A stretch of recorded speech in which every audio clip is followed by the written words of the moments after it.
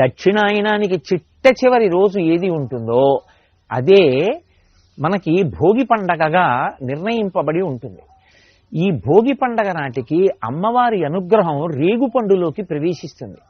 అందుకే చిన్నపిల్లలకి జాతకరీత్యా ఏవైనా ఇబ్బందులుంటే తొలగించడానికి వాళ్ళేదో కూర్చుని పెద్ద పెద్ద యజ్ఞయాగాది క్రతువులను నిర్వహించలేరు కనుక చిల్లర పైసలు, బంతిపూలు, రేగుపళ్ళు, చెరుకు ముక్కలు, కొబ్బరి ముక్కలు ఇటువంటివి కలిపి పెద్దవాళ్ళు పిల్లల్ని కూర్చోపెట్టి వాళ్ళ మించి ఈ పదార్థాన్ని కిందకి విడిచిపెడతారు.